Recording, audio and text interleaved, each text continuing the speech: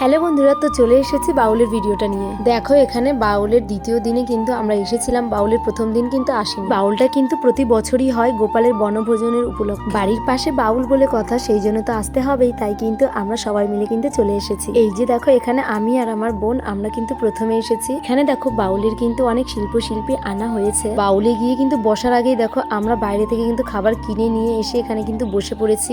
আমরা আর কি বা বাউল শুনবো, আমরা তো গিয়েছিলাম একটু মজা করতে, খেতে। ভিডিওর মাঝে এসে এখানে দেখো বোন আবার ইন্ট্রো দিচ্ছে ভিডিওতে। আমরা সবাই মিলে কিন্তু পুরো ফ্যামিলি একসঙ্গে বসেছিলাম। আমি, কাকিমা, বোন, জেঠিমা সবাই মিলে কিন্তু একসঙ্গে বসেছিলাম। বোনের আবার এখানে একটু মাংকু ভাইয়া সাজার খুব ইচ্ছে জাগলো। এখানে দেখো হাত উঠিয়ে কিন্তু সবাই মিলে নাচ করছিল, বেশ কিন্তু সুন্দর লাগছিল দেখতে, মজাও করছিল সবাই। আমাদের কিন্তু এখানকার বাউলটা শুরু হয়েছিল 22শে পৌষ। বাউলের প্রথম দিনই কিন্তু ছিল ভাগবত গীতা পাঠ, আর পরের দিন ছিল বাউল, আর লাস্টের দিন ছিল পদাবলী কীর্তন। এই যে একজন শিল্পী দেখো, এনার নাম কিন্তু স্মৃতিকণা রায়।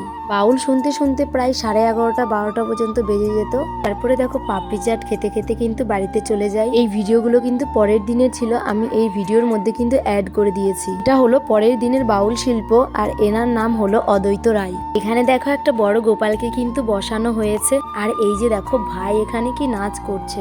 নাচ করতে করতে ওই কিন্তু একদমই পাচ্ছিল না, এত ভালো নাচ করছিল এখানে গানের তালে তালে যে কি বলবো। এখানে দেখো ওই বসেছে জন্য রেগে যাচ্ছিল, কারণ ওকে নাচ করার জন্য জায়গা দিচ্ছিল না। এখানে দেখো ওকে সবাই ঠেলে ঠেলে সরিয়ে দিচ্ছিল যে ওকে নাচ করার জন্য জায়গা দে একটু। আর দেখো তারপরে নাচ শুরু করে দিয়েছে, আর ওর সঙ্গে সঙ্গে কিন্তু ওর দিদিরাও নাচ করছিল। আমাদের এখানকার বাউলে কিন্তু বেশ মজা হয়। তোমরা কারা কারা এই গঙ্গারামপুর পশ্চিমালদার পাড়ার বাউলে এসেছো অবশ্যই কমেন্টে জানিও। দেখা হচ্ছে পরের ভিডিওতে। আজকের মতো টাটা।